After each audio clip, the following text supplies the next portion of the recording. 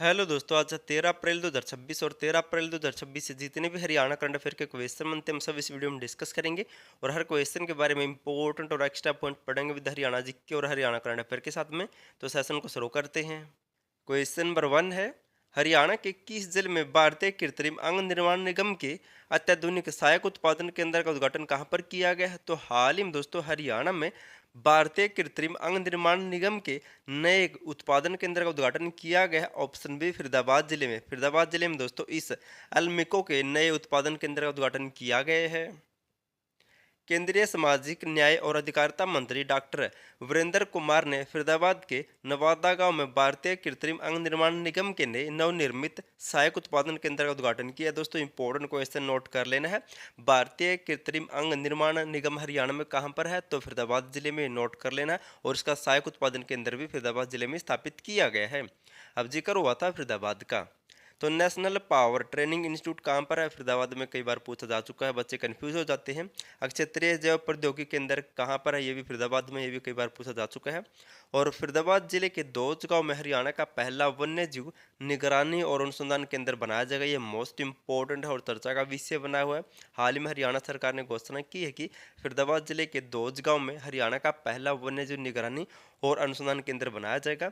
और इसी दोज गांव में दोस्तों एक अल फला यूनिवर्सिटी भी है जो वर्तमान में चर्चा का विषय बनी हुई है। दोस्तों मैंने पिछले महीने में आपको करवाया था।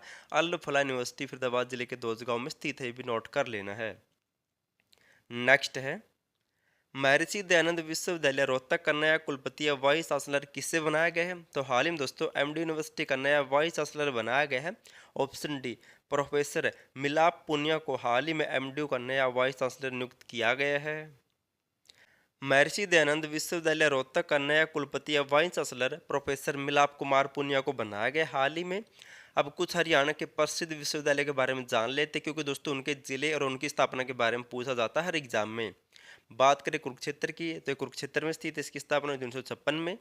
चौधरी चरण सिंह हरियाणा कृषि विश्वविद्यालय ये हिसार में है, 2 फरवरी 1970 को स्थापित किया गया था। महर्षि दयानंद विश्वविद्यालय रोहतक में 1976 में स्थापित हुआ था। गुरु जम्बेश्वर विज्ञान एवं प्रौद्योगिकी विश्वविद्यालय हिसार में है, 20 अक्टूबर 1995 को स्थापित हुआ था। चौधरी देवीलाल विश्वविद्यालय सिरसा में 2003 में स्थापित किया गया था।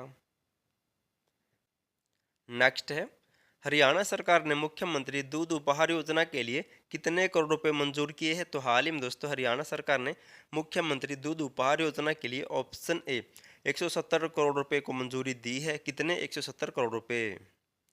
हरियाणा सरकार ने बच्चों तथा गर्भवती और स्तनपान कराने वाली महिलाओं को मुख्यमंत्री दूध उपहार योजना के तहत दूध पिलाने के लिए 170 करोड़ रुपए मंजूर किए। इस योजना के लिए इंपॉर्टेंट क्वेश्चन, क्योंकि ऐसे क्वेश्चन पहले बन चुके हैं। अब इन योजनाओं के बारे में जान लेते हैं जो महिलाओं से संबंधित है।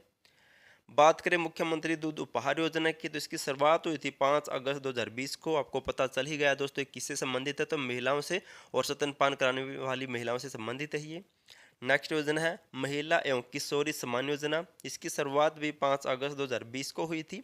इस योजना के तहत 10 से 45 साल तक की महिलाओं और बालिकाओं को दोस्तों सैनिटरी पैड दिए जाते हैं सरकार के द्वारा।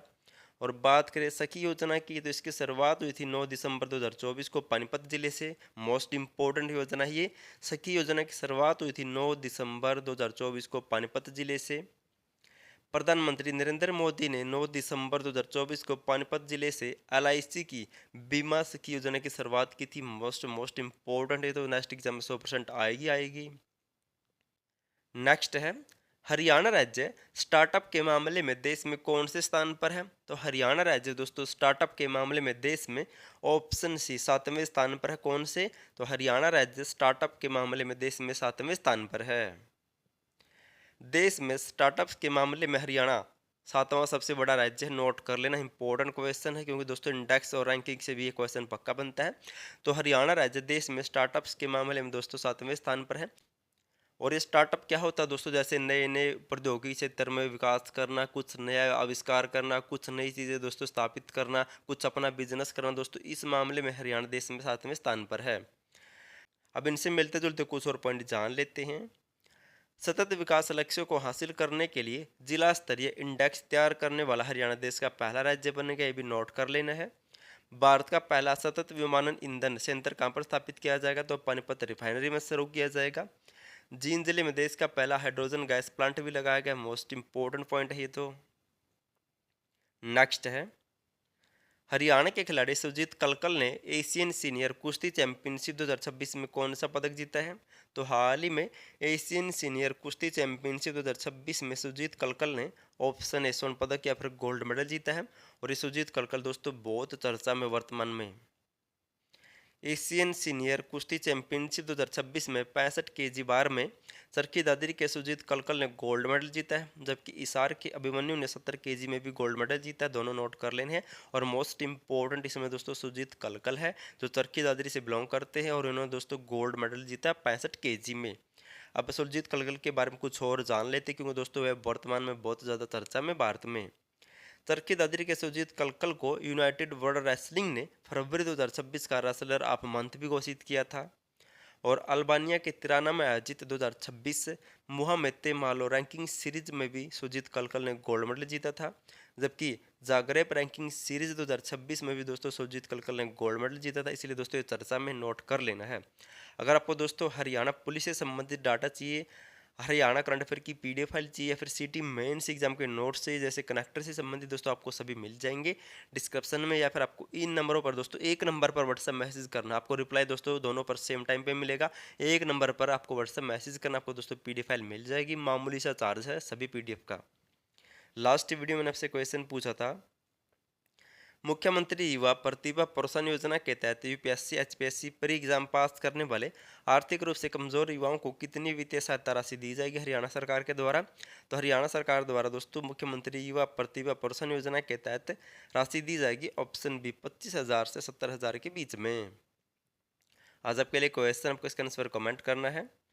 हरियाणा में होम गार्ड व सिविल डिफेंस प्रशिक्षण का केंद्र कहाँ पर स्थापित किया जा रहा है आपको बताना है। अगर आपको सिटी मेंस कनेक्टर के नोट्स चाहिए, हरियाणा पुलिस का डाटा चाहिए, हरियाणा करंट अफेयर चाहिए, तो पीडीएफ फाइल ले सकते हैं इन नंबर से दोस्तों एक नंबर पर व्हाट्सएप मैसेज करके।